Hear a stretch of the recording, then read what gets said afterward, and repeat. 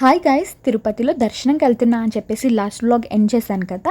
So next దర్శనం అయిపోయిన తర్వాత బయటికి వచ్చేసి ఇక్కడ 365 ఒత్తులతోటి దీపం పెడితే చాలా మంచిదని అంటారు కదా. అంటే ఎవ్రీడే దీపం పెట్టినట్లు ఈక్వల్ అని అంటారు కాబట్టి పక్క దీపం పెట్టాలి అని ఫిక్స్ అయ్యాను, పెట్టేశాను. సో దర్శనం అయిపోయిన తర్వాత అలా షాపింగ్కి అయితే వెళ్ళాము, ఏదైనా తీసుకుందాము అని.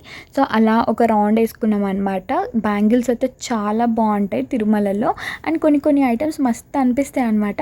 ఈ బ్రాస్లెట్స్ అయితే భలే ఉండే, కొన్ని బాగాలేవు, బట్ చూసి తీసుకుంటే కొన్ని చాలా బాగున్నాయి అనమాట. అలా కొంచెం షాపింగ్ చేసేసుకున్న తర్వాత అక్కడే అన్నప్రసాదం పెడుతుండే, శ్రీవారి అన్నప్రసాదం. నాకైతే ఇది చాలా టేస్టీగా అనిపించింది, నోట్లో పెట్టుకోగానే ఇట్లా కరిగిపోతుంది అనమాట, అంత టేస్టీగా ఉండే.